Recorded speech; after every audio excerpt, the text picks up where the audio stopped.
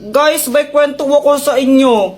Ano yun, Jepoy? Tsaka bakit pawis na pawis ka? Oo nga, ano nangyari? Ganito kasi yon.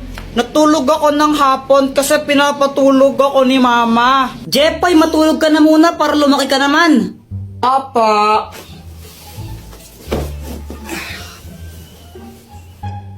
O pati ikaw, Joanna, matulog ka na rin ha? Opo. Mainit talaga nun kasi summer na, pero okay lang kasi nakatutok naman sa kanyang electric fan eh. Okay na sana yung tulog ko kaso nga lang may nagpatay ng electric fan bigla. Sobrang init nun, pawis na pawis talaga ako ito. Tapos pagkagising ko nakita ko si Joanna. Tapos si Joanna ba yung sinisi mo nung nagpatay ng electric fan? O anong ginawa mo nun? Inaway ko lang siya. Sinong nagpatay ng electric fan?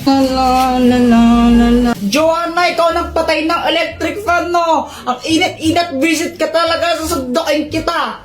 Ah, nakapatay na yan, no? Papunta ko dito. Kunwari ka pa, ikaw nagpatay, no? Huwag ka nang magsinungaling, sinungaling ka talaga. Sure ka?